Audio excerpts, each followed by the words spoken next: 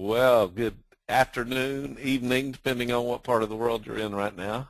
I happen to be sitting in a church, at Vineyard Church in Gothenburg, Sweden. Been hanging out here with the interns. We've been dealing Jesus over here, and it's been cool to see what God's doing over here, and uh, hanging out with one of our good friends at Dwelling Place, Annika Hanifers, who just praise God for the really cool things that God's doing in her and around her. Many of y'all maybe online know Annika, and she means a lot to you, and so it's just really cool to see what God's doing over here. But all for that, let's get started tonight. We're going to be talking another step in relationship to soulish emotions, and literally tonight we'll be talking about, what do we do with the signal of a soulish emotion? What is it signaling? And how to start to take the step of dealing with that. But again, like always, I'd like to make a real quick review, making sure that all of us are on the same page.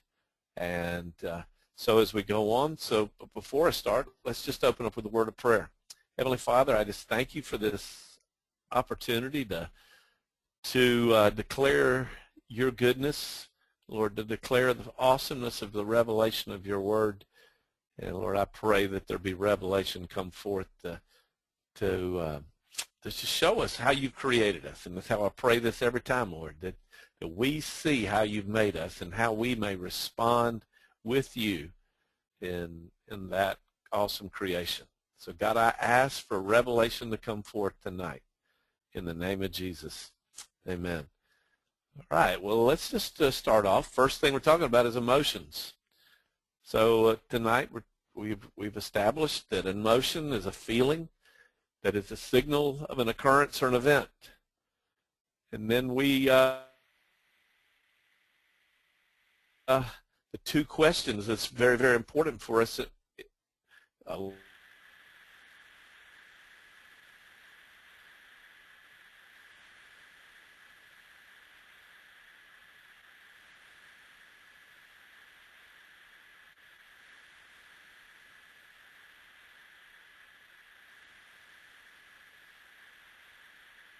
Sorry about that, y'all. Guess we're discovering what kind of internet connection that Sweden has here. Hope it's good to finish this thing out. So let's just declare this, the thing we were talking about. There's two tools that God gives us to judge the emotions, the signal, or also how do we respond, and it's the truth of God's word, and also partnering with the Holy Spirit to judge our emotions. And then we took the next step of establishing that emotions are in three parts of our being, all three parts of our being. God has made us to sense emotions in and through our body, soul, and spirit.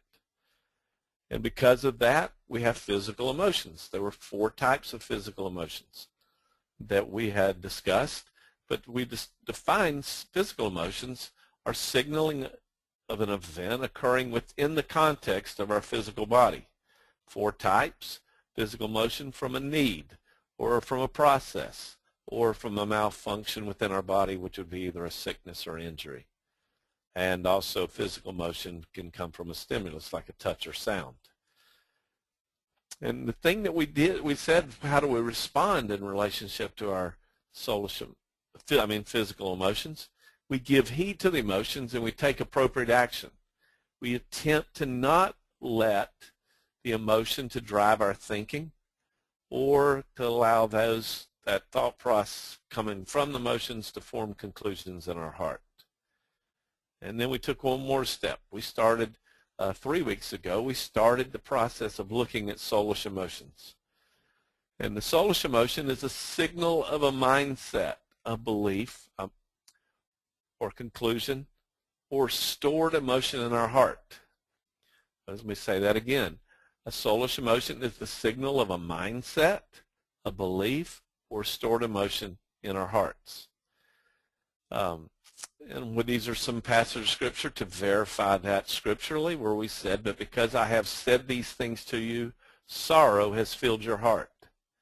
And another one in John 15:11, these things I have spoken to you so that my joy may be in you and that your joy may be made full. We're seeing both spectrums of emotions here caused by words or beliefs entering the heart.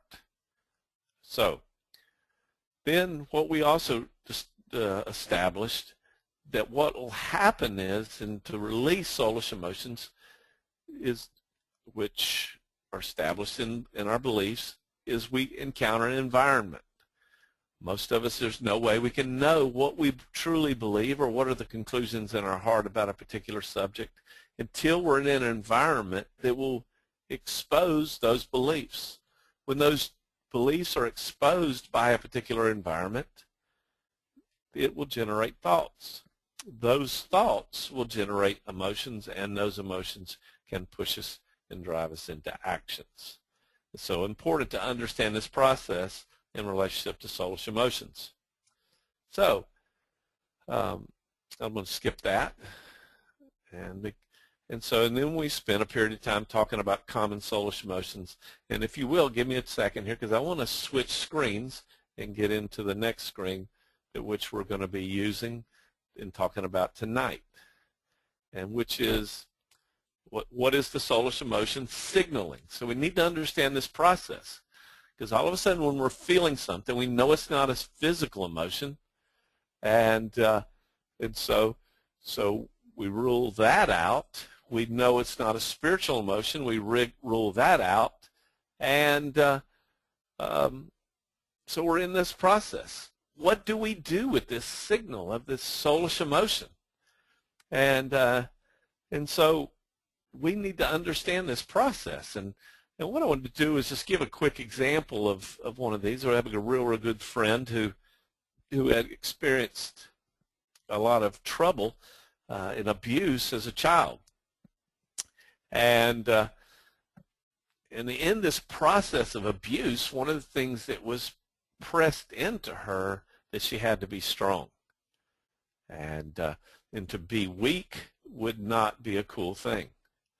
So, but as life proceeds for all of us, she would hit a season of where weakness would be the environment of her life. Well, when she had hit that season of weakness, what would be generated with thoughts of condemnation, fear, or pain.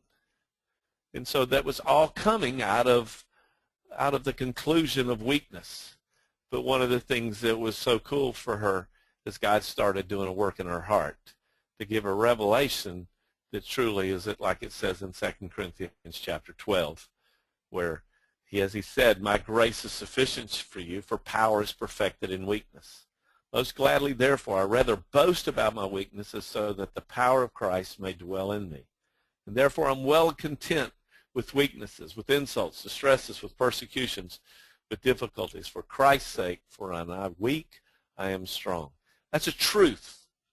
But what was happening with this precious sister of mine is that because of the events of the past, when she entered a season of weakness, instead of releasing a confidence of what God was doing ahead, it was releasing the pain of the past, the beliefs of the past pertaining to weakness.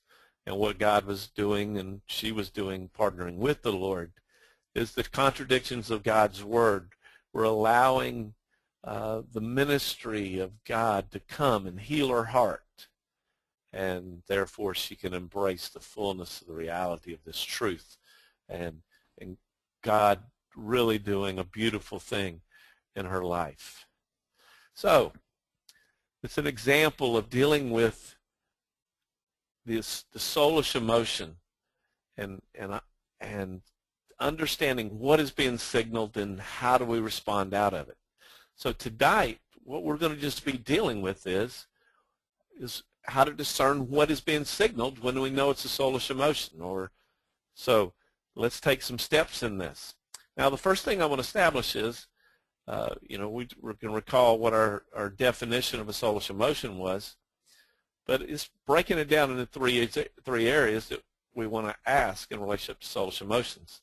But this don't let this get complex. It's all really within the same category of things, but just has little different ways that we're going to have to deal with it. And the three questions are, is the emotion coming from a belief in our heart, belief or a conclusion? Is the emotion a stored emotion? In other words, either the joy or the pain of a past event. When you get that environment, the emotions of that past event can occur. Like, give you an example of this. Many times when I'm traveling down the highway late at night trying to get home, I'll maybe turn the radio on, and I'm just trying to stay awake, and I'm just scrolling through the radio, and all of a sudden I'll hit a radio station that's playing, oldie goldies from the 70s. And what can happen is I hear a particular song, and therefore when this song is in an environment, it can release emotions of something that I had experienced 30, 40 years ago.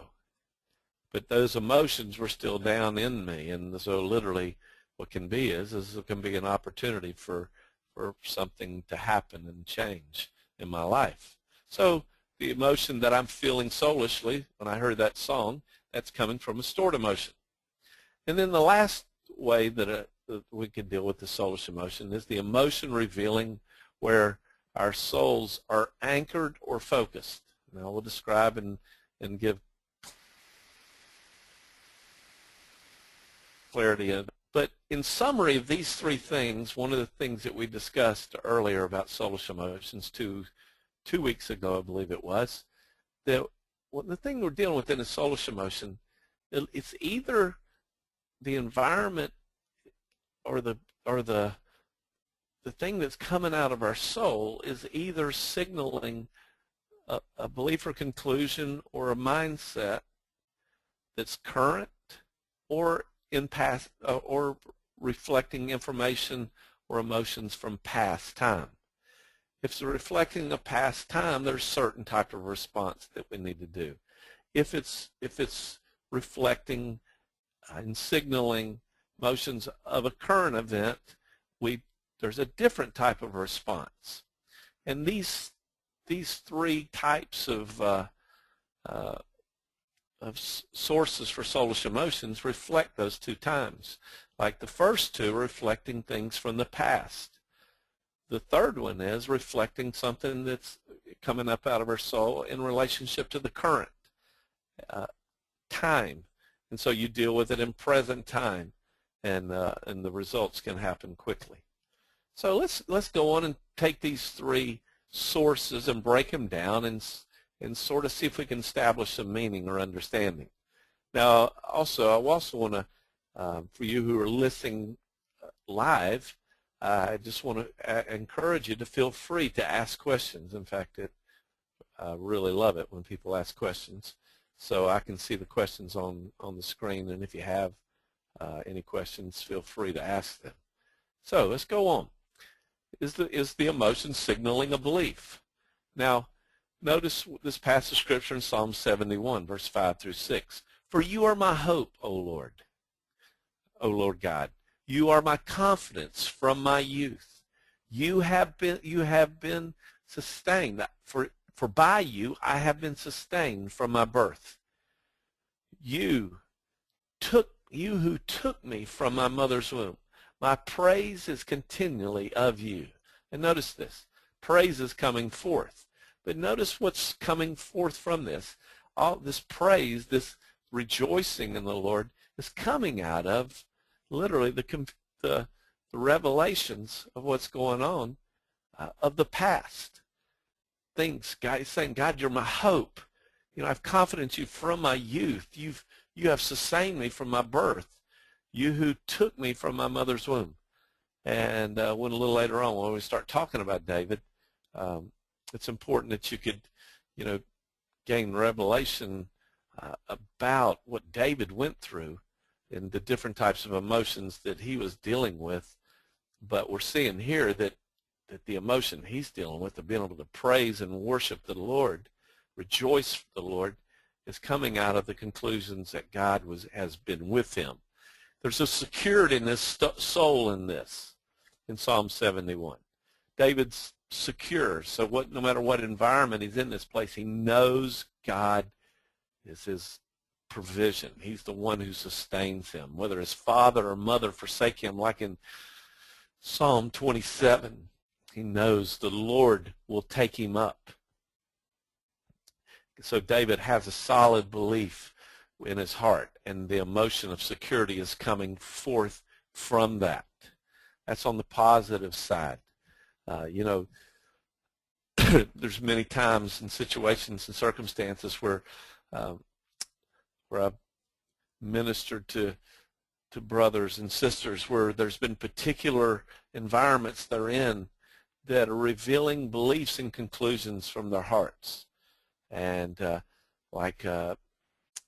persons who maybe had loved ones who died, and then tragically someone would say something to them affecting their belief system about who God is. And because of that, the Lord is, not the Lord, those beliefs are generating these emotions so strong that it pushes them. There was one lady not too long ago that I was praying with, and she had solid beliefs about God being the taker, God being the one that was reflected like in Exodus 20, that where you draw near to him, there must be fear and trembling. If you drew near to God, he would strike you dead. It's a good-hearted person. She loved the Lord. She wanted to serve the Lord. I'm using these terms. She wanted to serve the Lord. She wanted to do what's right. But her belief about God was so distorted that God's the taker, God's the extreme one.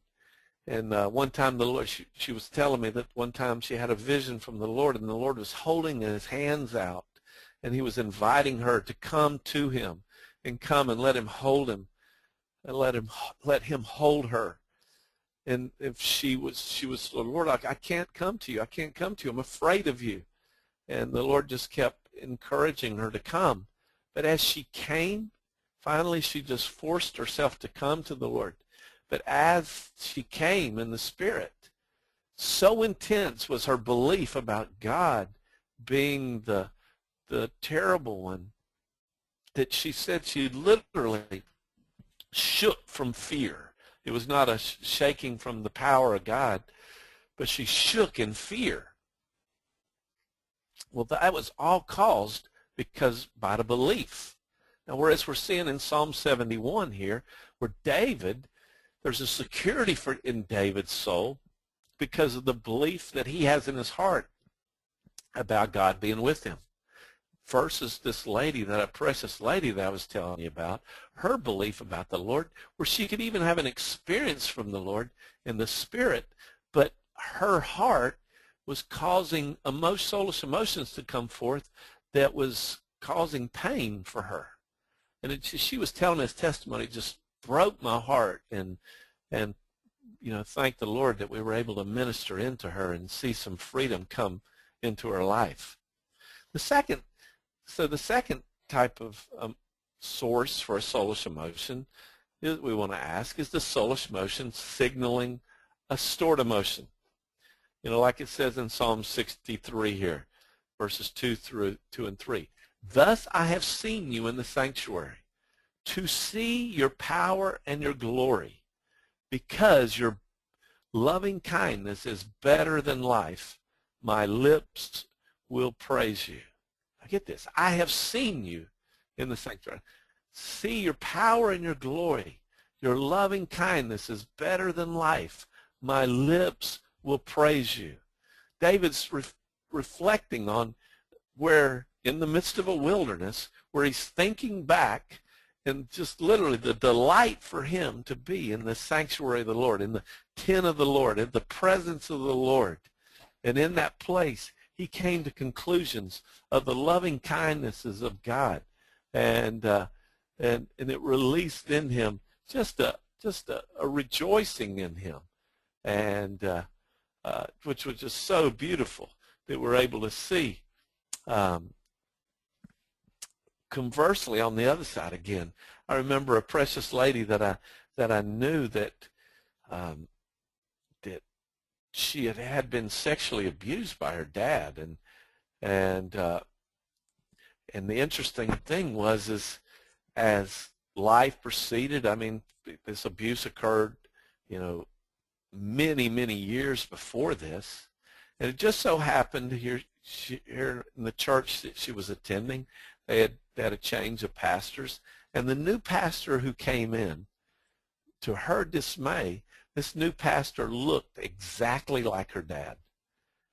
And the interesting thing was, when she would see him, she could barely stay in the sanctuary when he was preaching or whatever, because what was happening was all the emotions of the trauma of the event of her dad abusing her just was causing a sorrow in her soul, of an unresolved pain in her soul. And the really exciting part for me is that God was able to heal her heart, and it was, that was just one of the most beautiful things, to see the sweetness of the Lord to come and heal her heart.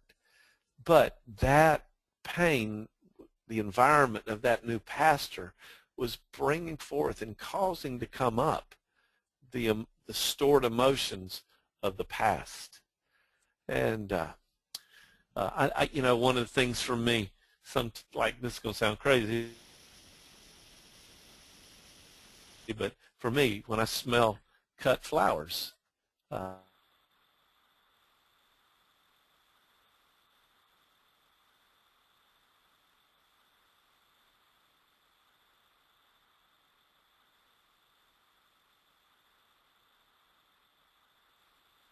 right. Well, what I was talking about with cut flowers, for me, when you put me in an environment of just around smelling cut flowers, it can release in me emotions that some of the unprocessed emotions that I have had in dealing with the death of loved ones. And so it's just one of the things that I believe that the Lord is just doing something in my heart. And so that environment is releasing stored emotions. I mean, obviously I don't have bad conclusions in my heart about flowers. I think flowers are beautiful.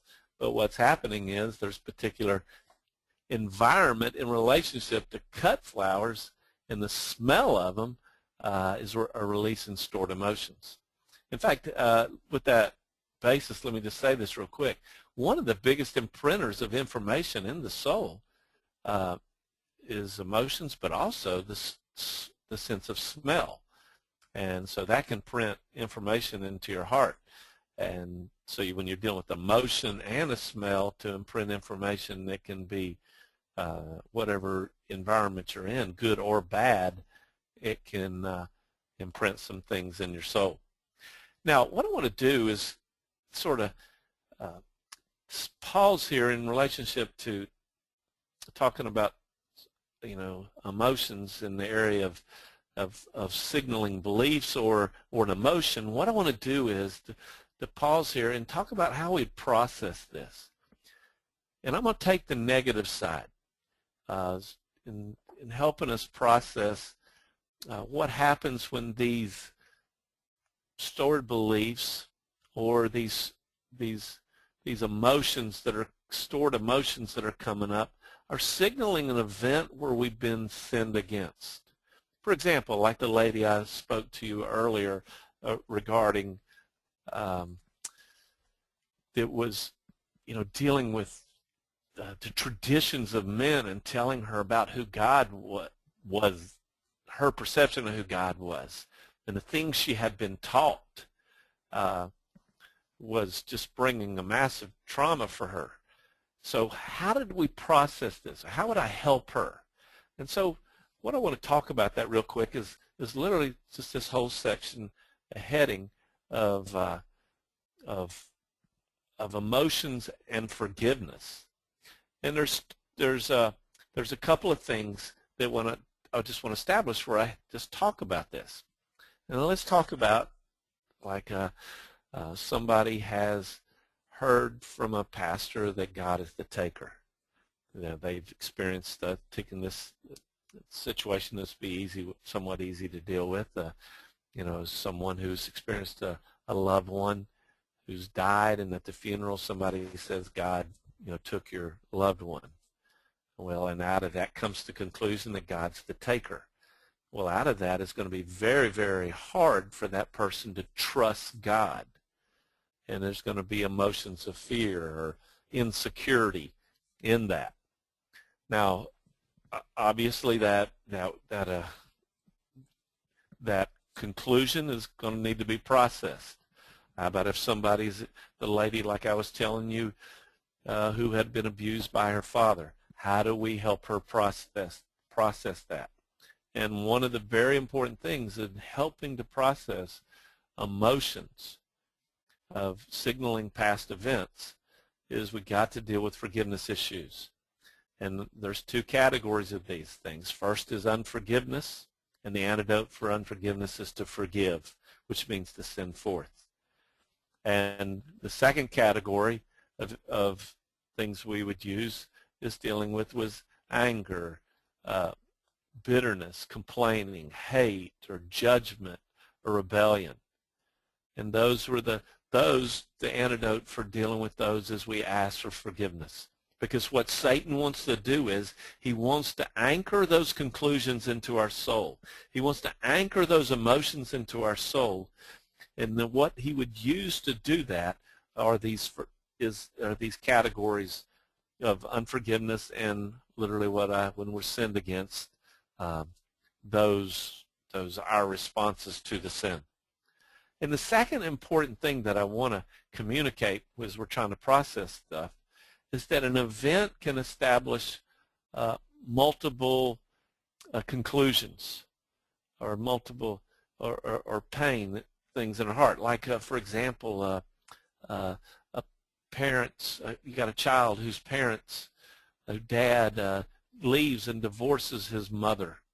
And okay, so you got the event of the divorce, but then you got to deal with the conclusion that, okay, dads will leave you. Then all of a sudden you deal with conclusions that maybe that the dad didn't take care of the kids. So you got the event of the divorce causing another issue of maybe abandonment, and he has to take care of himself. You can't trust anybody. You got issues of abandonment. And how I always kind of think about particular events, they can create multiple conclusions or multiple forms of emotions. And I think of them like a car. Just like a car can have can carry multiple passengers, multiple people can ride in the car depending on the type of the car or the vehicle. So also an event can communicate and establish multiple conclusions or emotions. And so it's very important that when we are following the emotions back onto an event, we get the event and we allow all the multiple different lies to come forth, the conclusions to come forth, and deal with each one separately. And because it's not minus strongholds that sets a person free, it's the truth that sets them free. It's a lie that will kill you, like John 8:44, where it talks about how Satan's a murderer. It's those individual lies that will permeate our heart like the viruses in a hard disk on a computer that can cause pain and sorrow in our lives. So we're using the event of that person who maybe had somebody speak a tradition to someone in a point of trauma. Say they're at the funeral of the death of a loved one, and all of a sudden somebody comes and says, God took your loved one. So in that place, the first thing is we got to realize is forgiveness. And what's so important about forgiveness, watch this. But Paul makes this statement to the Corinthians, says, for whom, but you whom you forgive anything, I forgive also. For indeed what I have forgiven, if I have forgiven anything, I did it for your sakes in the presence of Christ. In other words, this is about a guy who had the one who was living with his father's wife, and sexual immorality was coming forth. And obviously the guy has repented, and Paul's saying you need to forgive him. But I want you to notice what it goes on. You want to operate with forgiveness so that no advantage would be taken of us because, I'm sorry, my computer screen, by Satan, so that no advantage be taken of us by Satan, for we are not ignorant of his schemes. So what we want to do is when we're processing these conclusions or these stored emotions, we don't want to be ignorant of the schemes of the devil, how he wants to entangle us with it. And so that's why I want to show you some of these things that are so important. First thing I want you to understand about the power of forgiveness when we're dealing with something that's been impressed into our soul. First thing is unforgiveness is a spiritual debt, like it says in Matthew 6:12. Forgive us as our debts as we have somebody sins against us. It creates a spiritual debt. And then the reality is that as I want to go out here, it establishes a debt. If we hold the debt, notice this passage, whenever you stand praying, forgive. If you have or literally hold, and it's the picture of holding the debt, if you hold anything against anyone, so that your Father who is in heaven may forgive your sin for your transgressions. So literally what you want to do is you hold the debt, and whoever holds the debt has to pay for the debt. It's a spiritual debt.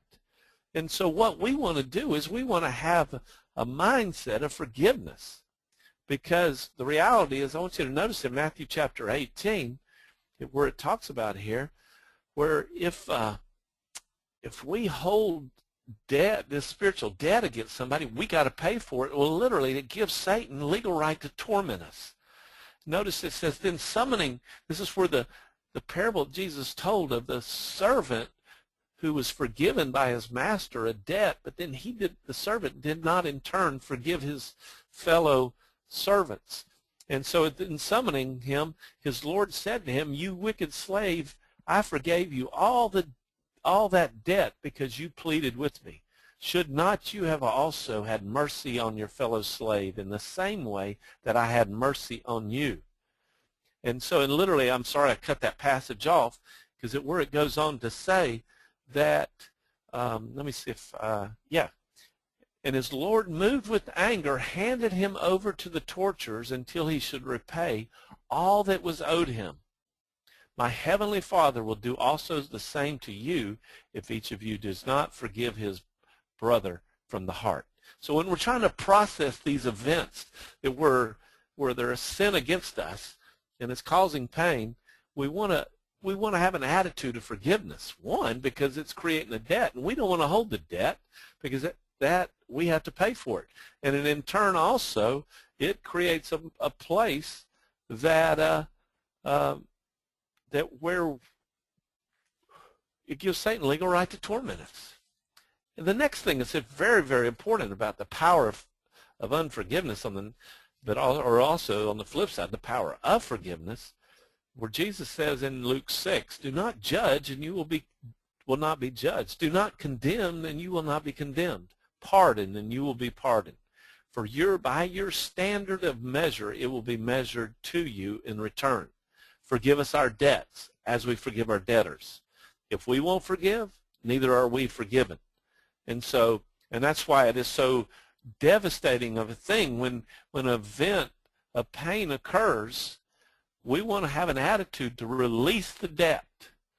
Whenever you stand praying, if you have anything against anyone, release it. Forgive. Send it forth so that the enemy cannot hold it to us. And in that process, confess it. In other words, so like, if we confess our sins, he's faithful and righteous to forgive us and cleanse us from all unrighteousness. So, Heavenly Father, I forgive so-and-so for hurting, for speaking that lie to me, like that person I just was using the example at the funeral.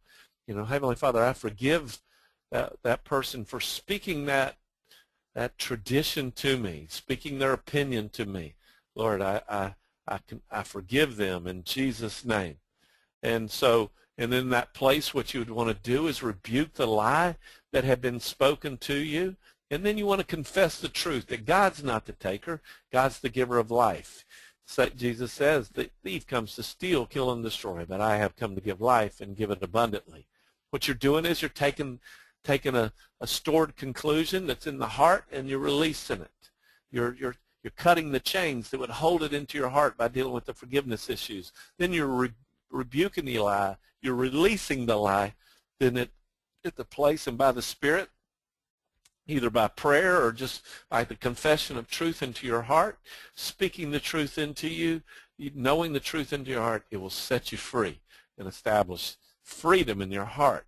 And that truth will start to breed emotions that are in line with the Word of God, which brings security or whatever the truth is.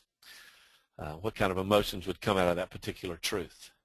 So what we're dealing with, and we've established so far, is what I'm saying, that a soulish emotion will signal either a belief, and then the stored emotion, or a soulish emotion can be coming out of a stored emotion of a past event. Well, now let's take another step. Let's talk about current events, which your soul can be signaling. Now, there's an important principle here in relationship to our souls. I don't know if you remember that I described the soul as the mind and the will. And when I illustrate how God has created us, I'll take 3 chairs. I think I've spoken this a number of times before. The 2 out, and then I'll put these 3 chairs and align them together. But I'll put a swivel chair in the middle, like a secretary's chair. And then on the 2 outside chairs are fixed, which one would represent the flesh. The other fixed chair would be the spirit. But the soul, the chair in the middle would be our soul, the chooser. And our desire is to be able to be focused into the spirit. But one of the interesting things, what determines where the chair is gone, is in either in the flesh or in the spirit, is this principle of being anchored. And that's why I'm using that phrase here, anchoring the souls. Because notice what it says here. This hope we have as an anchor of the soul, a hope both sure and steadfast, and one which enters within the veil. And what we would want is to have our hope anchored over into the spirit. But the reality is our hope or our focus of our mind can be over into the physical realm or into the flesh. And there's an example of that. Instruct those who are rich in this present world not to be conceited or to fix their hope on the uncertainty of riches, but on God who richly supplies us with all things to enjoy. So in other words, what you can do is you could swivel your chair over and toward the flesh, which is connected to the world, and anchor your soul into money and the need for money. Or where Paul is instructing Timothy to tell people who are rich, or literally everybody, to literally let your soul be anchored over into God within the veil. And the conclusion on his nature and character there is he's one who richly supplies us with all things to enjoy. So what we're dealing with here, you're going to see, is that this anchoring effect, either into the flesh or over into the spirit, or either into the world or into the heavenlies, will signal into our soul. And praise God that God has created us in a way that we can know where we are focused by the signals of emotions and not just have to intellectually deal with it. Now watch this. This is the principle that I'm talking about, anchoring, or also literally what I'm talking about, the focus of our setting of our minds for those who according to the flesh have set their minds on the things of the flesh, but those who according to the Spirit, the things of the Spirit. Let's go on. Because what happens if we set our mind over into the Spirit? Romans chapter 8, verse 6 tells us the mindset on the Spirit is life and peace. So when I feel life and peace, that is an emotional signal to me that, I'm in the Spirit. That's the Spirit. Now this is the peace of God. Peace of God, not a cessation of turmoil. The peace of God exists no matter what's going on, whether you're in the midst of the storm, like where Jesus is filled with the peace of God, and he's asleep in the back of a boat in the storm. And so, wait a minute, I believe I've got a question here. Let me just see if I can, and the question, sorry I didn't see this question, and I'll pause here. How would you process the emotion of the smell of a cut flowers making you sad? That's a great question. And so I'm going to pause this right here because we're talking about anchoring, and I'm going to go back and deal with that. And since I mentioned it earlier, what I would deal with, obviously, I think God is just showing me here, is that there's a place in my heart that's dealing with the death of loved ones from the side of loss, and so what I believe God is trying to really do.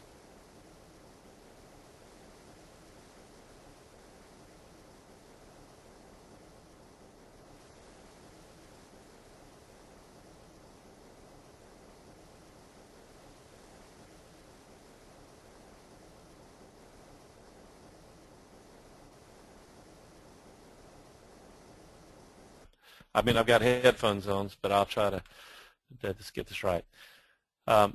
What in this question that came out is how would I process the deal about the cut flowers, and what I believe God is doing with me, and that is, obviously, cut flowers is signaling funerals, and obviously when I'm dealing with a funeral, if there's a mindset of loss, and I believe that there's a place of redemption in my heart that God is wanting to call forth, where cut flowers is reality is bringing redemption, like in Philippians chapter 1 verse 21, to live as Christ and die as gain. Not that we're ever rejoicing that someone died, but there's a place to have peace and joy in the midst of the storm, and that's how I would process that, to just really allow a truth to be established in my heart. And we'll go a little bit deeper on that a little later on. Now, to get back into this, and I'm sorry, I'll try to keep an eye on the questions. And Mims, if you see a question pop up, I'd appreciate it, and I miss it, if you would sort of. Absolutely, I'll help you out, friend. So what we're dealing with is dealing with the current focus of the heart or mind is the process of what we're calling anchoring, or a mindset. And what we're saying here is a mindset over or anchored over into the Spirit is going to yield life and peace, in which to get used to that emotion to be a signal for us. Now let's go on into to another slide, because this mindset on the Spirit yields the fruit of the Spirit. For the fruit of the Spirit is love, joy, peace, patience, kindness, goodness, gentleness, faithfulness, and faith, literally, faith, gentleness, and self-control. So that my soul anchored over into the Spirit will yield that kind of emotions, love and joy and peace. And here's another one that's very, very important, which communicates the same thing about wisdom from above is first pure, then peaceable, gentle, reasonable, full of mercy, unwavering, whose seed is righteousness, who's sown in peace by those who make peace. And recently we just had a leadership meeting in Dwelling Place, and we were dealing with a pretty intense situation, and emotions were coming up where there was confusion in the room. And so what we needed to do is what we did is that we just go, let's stop. Let's just stop the discussion on this thing, and let's process what's going on in our hearts individually. And I know for me, even in that meeting, where maybe I was leaving love, joy, peace, and as I'm dealing with things, it's revealing that my soul, literally, probably had some issues of the past. Now, I had some beliefs I'm dealing with, but also there might have been some focus over in my soul was anchored over into the flesh, or literally where we'll see a little later about selfish ambition generating some emotions. So what we were doing, we were able to stop that meeting, at a time, because we weren't anything fruitful going to come out of it.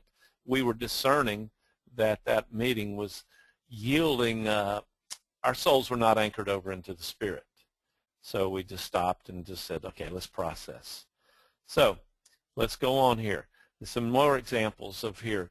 For our heart rejoices in him because we trust in his holy name. When my soul is anchored over, attached over into the Lord, by trusting him, the emotional signal is my heart rejoices. Let's look at Romans 15. Now may God of hope fill you with all joy and peace in believing. So there's this place that my soul, my heart is in a state of believing. The results is joy and peace in this situation. Let's go on. Isaiah 26:3. The steadfast of mind you will keep in perfect peace because he trusts in you. In other words, there's peace for the person whose soul is fixed on the Lord. Well, how about this one? Because peace, we'll talk about it at a later time, is the signal of right relationship. Well, how about this? If possible, so far as it depends on you, be at peace with all men. You know what it's like to maybe be in a grocery store or be in a church or whatever, and all of a sudden you see a person and the revelation is you don't have peace. There's no rest when you see that person. Well, guess what? That's a signal that our mind or soul is set on something. There's something that needs to be dealt with. So in that place, we need to have the solid conclusion that a mindset or our souls anchored over into the Spirit will yield the fruit of the Spirit. Now let's go on. What if our soul is attached or anchored over into the flesh? Like it says in Romans chapter 8:5, those according to the flesh have set their minds on the things of the flesh, but those according to the Spirit. According to the Spirit. And in Romans chapter 8, verse 6, which let me make sure I didn't do it. Sorry about that. But Romans 8:6 says the mind set on the flesh is death. Well, what is death? Remember, death means to separate. When you're in this place that you feel like you're being separated from the very purposes of God or the very presence of God. When you feel that separation, guess what? That's a revelation that our souls have been anchored over into the flesh. Our minds have been set over into the flesh. Because why? The deeds of the flesh are evident, which is immorality, impurity, sensuality, idolatry, sorcery, enmities, strife or jealousy, outbursts of anger, disputes, dissensions, factions, envyings, drunkenness, carousing. And it goes on in describing, which, he makes some statements about this, which we don't need to go into right now. But the thing that I'm trying to point over to, that our swivel chair gets anchored over to, and it's given us the current revelation that our soul is anchored over into the flesh. How about this one? This is what I was talking about in James chapter 3. Who among you is wise and understanding, and let him shows by his good behavior his deeds in the gentleness of wisdom. But if you have bitter jealousy and selfish ambition in your heart, do not be arrogant and so lie against the truth. In other words, you're in a meeting and there's confusion in the place, and so this is such a powerful revelation. Here's where it's talking about the rest of that passage. This wisdom is not that which comes down from above, but is earthly, natural, and demonic. Where jealousy and selfish ambition exist, there is disorder in every evil thing. So one of the ways that we can tell that where our souls are currently anchored over into, is by what we feel. Confusion. It's a signal for jealousy and selfish ambition. And as much as, I wish I could tell you that I've never been there. I mean, some of you who are on this online now know and seen me in this place, that even in my own life, where my mind has been focused over and there into the flesh, and there we have an opportunity to make some adjustments and get some things right. Now let's go take one more step in this. What happens if your soul is not anchored either into the Spirit or into the flesh? No anchor for the soul. When I think about, remember now, one very important thing that causes, it's referring to an anchor here, is hope. We're in that Hebrews chapter 6, verse 18, where it talks about hope is an anchor for the soul. But what happens here, notice is in Lamentations chapter 3, where Jeremiah says, so I say my strength is perished, so has my hope from the Lord. No hope. And the picture in that can be so devastating to a person's life. Because what's going on is many times is where I'm talking about the soul is like that swivel chair in the middle. It's like all of a sudden somebody comes up behind you and takes the chair and just twirls it. And you feel totally, your equilibrium is just thrown to the four winds. Totally out of control. You don't have anything to bring stability into your life. And so that is a feeling, an emotion that can be very terrifying. You know, and the really important thing for me to speak into this, that anytime we anchor our hearts over into the flesh or into the world, at some point in time, disappointment will occur because the world is passing away. Even in any kind of relationship other than the Lord, our hope must be anchored within the veil. And so this place of hopelessness can happen many times in many ways. And so, but one thing we can have for sure is like it says in Romans chapter 5, verse 3, where it talks about, where it says, we glory in our tribulation, knowing that tribulation brings about perseverance, and perseverance, proven character, and proven character brings hope. And hope does not disappoint because the love of God has been shed abroad in our hearts. And what that's declaring to us is that the hope that's established in the Lord, in the fullness of the Lord, the full counsel of the Lord, not like I said last week where we can deal with the expectations of something in relationship to what God will do or what may manifest out of something we're believing that God says, but a hope that's in the full counsel of the Lord, in his nature and character, or in a word he speaks, in the fullness of like Romans 8:28, that our God promises us he will cause all things to work together for his good. In that place, that he loves us and nothing will ever separate us from that love, that the one who began the good work in us, he will perfect it.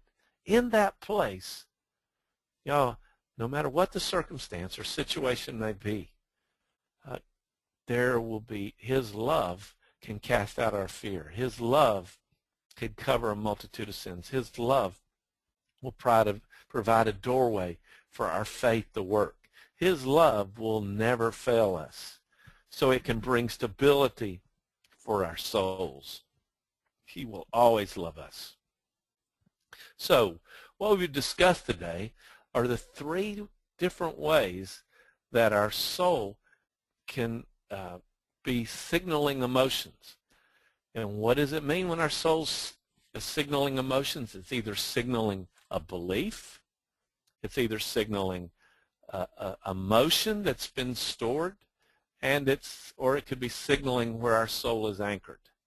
Now, I've talked about where they've been focused.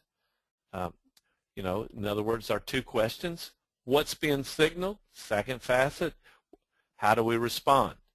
So we've talked about today how to discern in relationship to soulish emotions. What is being signaled? Belief, stored emotions, or the current anchoring of our souls?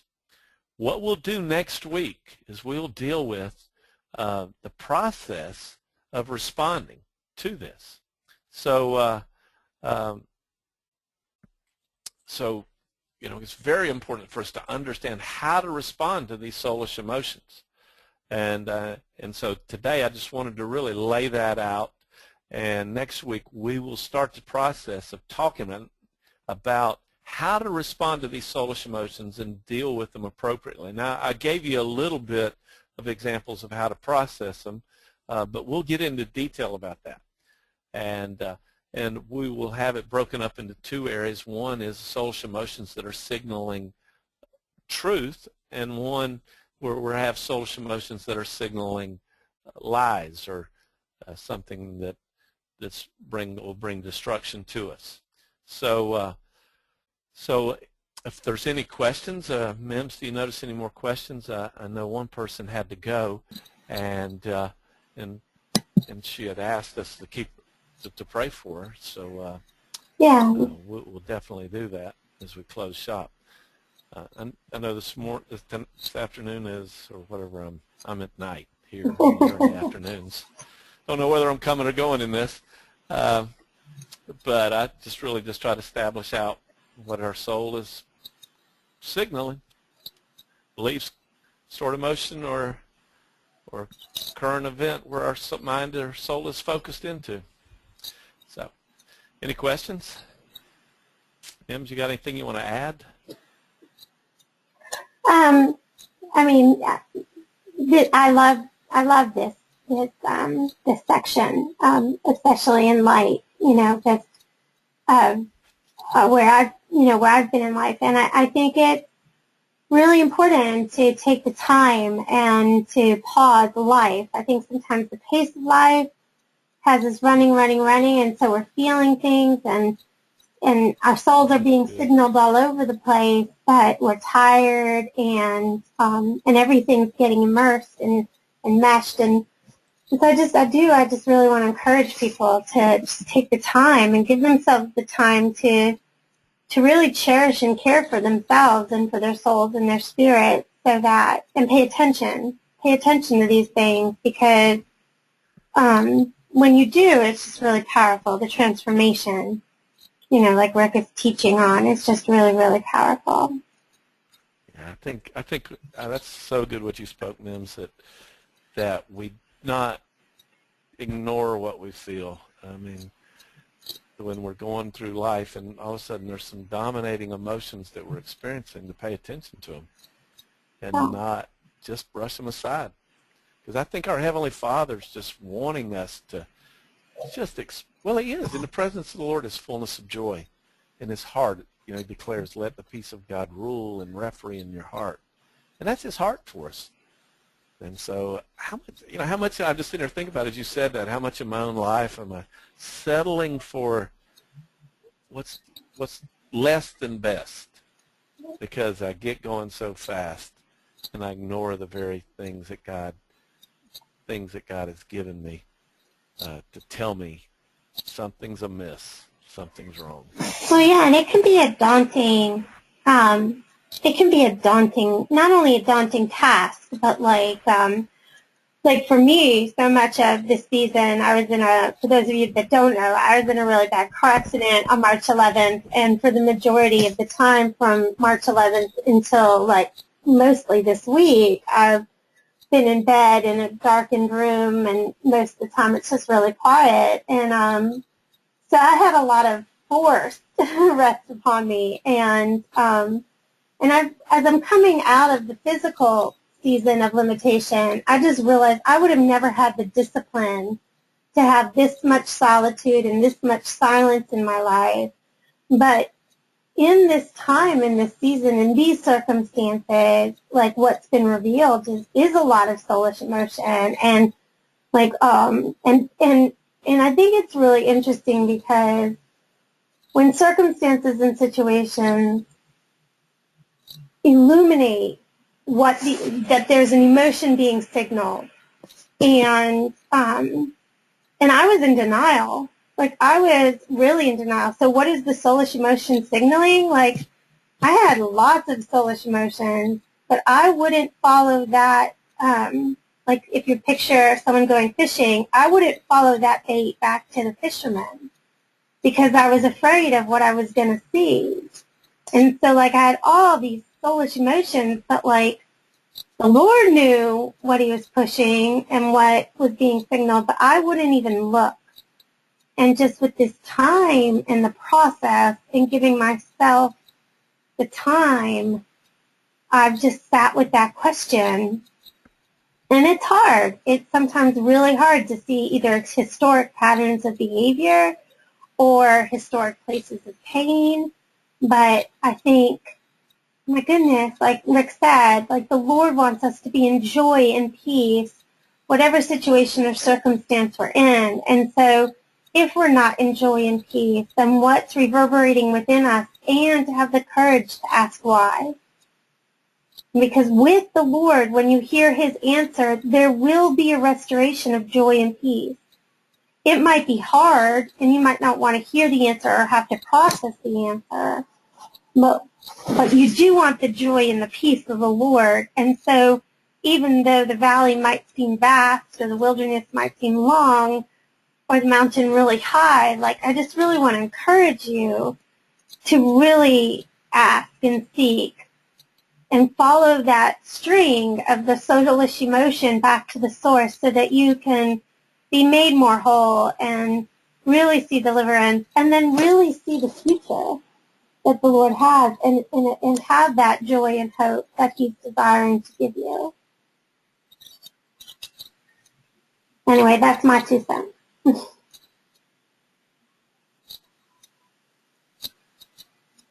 Mims, can you hear me? Yes. Yeah, somehow I lost you there for a long time. Sorry about that. Oh, that's okay. Why don't you close us up in prayer? Why don't you, if you don't mind, why don't you do it? Because somehow so that I'm not going in and out on everybody. Okay. So Sounds thank good. you so much. Just Father, pray for this lady. The sister had asked us to pray too, Mims. I'm sorry. No, I have her name. I'll definitely do that. Father, I just thank you so much for this time. I thank you so much for your presence. I thank you so much for your faithfulness, God. I thank you that no weapon formed against us will ever prosper. And Lord, I just pray that for all the situations and circumstances, all that are on live with us and all that will hear this recording are going through, that they would be so empowered through it and healed through it, that your joy and your peace will course through them, God, and that their souls will know a peace that passes all understanding, and that the joy of the Lord will truly be their strength, all of our strength. Father, I think of the precious sister, Lord, that just asked for prayer, and I just thank you so much for how much she means to me and how beautiful of a person she is, God, and you know all things and you know what she's going through, and so, Lord, I thank you that your path of loving kindness goes before her and that it hedges her in from behind and that she's crowned with loving kindness, and Lord, that I thank you that you're just watching over her in every footstep and every path that she takes, God. And I just thank you for her life, and I ask that your grace would cover her this morning in her life and this afternoon as she goes through her day in California, Lord. And so we just bless her. We bless her as her brothers and sisters, and we bless her with the love of the Father in Jesus' name. In Jesus' name. Amen, Mims. Thank you so much, Mims. Yes. God bless y'all. Y'all